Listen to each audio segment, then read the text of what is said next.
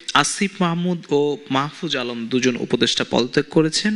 তারা আপনাদের সঙ্গে একসঙ্গে আপনারা জুলাই অভ্যুত্থানে নেতৃত্ব দিয়েছেন, তো ওনারা এখনো এনসিপি থেকে ওনারা আসছেন। নির্বাচনের কিন্তু মনোনয়ন জমা প্রায় কাছাকাছি। জি, আপনাকে ধন্যবাদ। মনোনয়ন জমা 29 তারিখের মধ্যে দিতে হবে।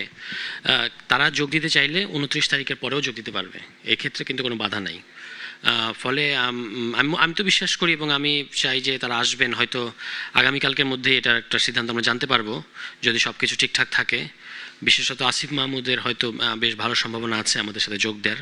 এই ব্যাপারে আমরা সবসময় ইতিবাচক ছিলাম এবং আছি, কারণ তারা গণঅভ্যুত্থানের নেতৃত্ব হিসেবে আমরা অবশ্যই এনসিপি চাইবে যে তারা এনসিপির সাথে থাকুক।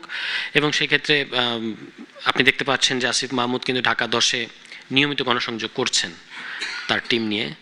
এখন 29 তারিখে সাবমিট করার আগ মুহূর্তে এ বিষয়ে হয়তো তিনি চূড়ান্ত সিদ্ধান্ত নেবেন এবং তিনি আসলে তার জন্য যে সম্মানজনক যে জায়গা তিনি যেটা ডিজার্ভ করেন সেটা অবশ্যই নিশ্চিত করা হবে।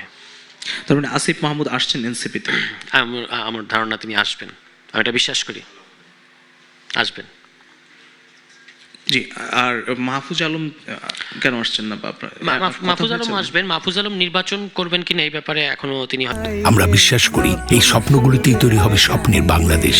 স্বপ্ন ধরা, ধরনীর বুকে স্বপ্নের ঠিকানা। হয়তো সিদ্ধান্ত নেন নাই, কিন্তু দলে তো আসতে সমস্যা নেই, দলে তিনি আসবেন এবং সেই ক্ষেত্রে তো এই যে 29 তারিখের মধ্যে জয়েন করতে হবে এটার কোনো বাধ্যবাধকতা নাই। তিনি আরও কিছুদিন সময় নিয়ে তারপর জয়েন করতে পারবেন। কিন্তু তারা দুজন যদি রাজনীতি করেন তাহলে এটাই তাদের প্ল্যাটফর্ম আমি বিশ্বাস করি। এবং আসিফ মাহমুদ ঢাকা 10 থেকে স্বতন্ত্র নির্বাচন করার চেয়ে আপনার এনসিপি শাপলাকলি মার্কায় নির্বাচন করলে অবশ্যই অনেক বেশি ভালো করবেন এবং তিনি সঠিক সিদ্ধান্ত নেবেন। এটা তার যারা ভক্তবৃন্দ আছে এবং তার যারা শুভাকাঙ্ক্ষী আছে তারা সেটা প্রত্যাশা করে, আমিও প্রত্যাশা করি।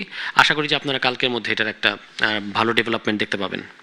আপনারা 3 দল মিলে নির্বাচনে জোট করেছেন, এই জোট কি অন্য কোনো দল ইনক্লুড হওয়ার সম্ভাবনা আছে কিনা? বিশেষ করে জামাত বা বিএনপির সঙ্গে যাওয়ার কোনো পসিবিলিটি আছে কিনা আপনাদের নির্বাচনের আগে? এটা কিন্তু শুধু নির্বাচনী জোট ছিল না, এটা আমরা বলেছি যে এটার কাজ হচ্ছে যে এটা নির্বাচনের পরেও আসলে বাংলাদেশের ডেমোক্রেটিক যে পথযাত্রা এটাকে সেফগার্ড করাটাও একটা কাজ হবে। তো সেই বোঝাপড়া এখনও আছে। আর জোটের সাথে অন্য জোটের সাথে বড় জোটের সাথে জোট করতে পারে বা বড় দলের সাথে জোট করতে পারে, এ ব্যাপারে কোনো বাধা নাই। এবং আমাদের যে বড় দল 2 দল, সেই 2 দলের সাথে এখন আমাদের কথাবার্তা হচ্ছে। আমরা 29 তারিখের মধ্যে আপনার সাবমিট করব নমিনেশন, কিন্তু যেহেতু 19 জানুয়ারি মনোনয়ন প্রত্যাহার করার আগ পর্যন্তই আলোচনার সুযোগ আছে, ফলে এটা সেই পর্যন্ত আলোচনাটা আগাবে আমার ধারণা।